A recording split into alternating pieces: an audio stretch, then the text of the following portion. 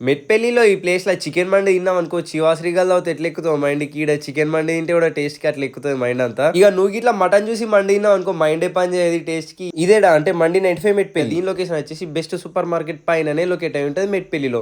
First పోగానే bone soup ఇచ్చిండు. Bone soup తాగితే బొక్కలన్నీ పోయినాయి టేస్ట్‌కి. అట్లుండే బోన్ సూప్ అయితే ఇంకా బొక్కలు పోగానే బొక్కల్ని సెట్ అయ్యేందుకు ఈ బీబీక్యూ 2 పీస్ చికెన్ మండి అయితే తెప్పేసినాము. వీళ్ళ దగ్గరనైతే 250 రూపీస్ నుంచే స్టార్ట్ అవుతున్నాయి. ఆ పెద్ద లెగ్ పీస్ ని పక్కకు పెట్టి మనం రైస్ అయితే టేస్ట్ చేసినాము. రైస్ మాత్రం రచ్చలేపిండు.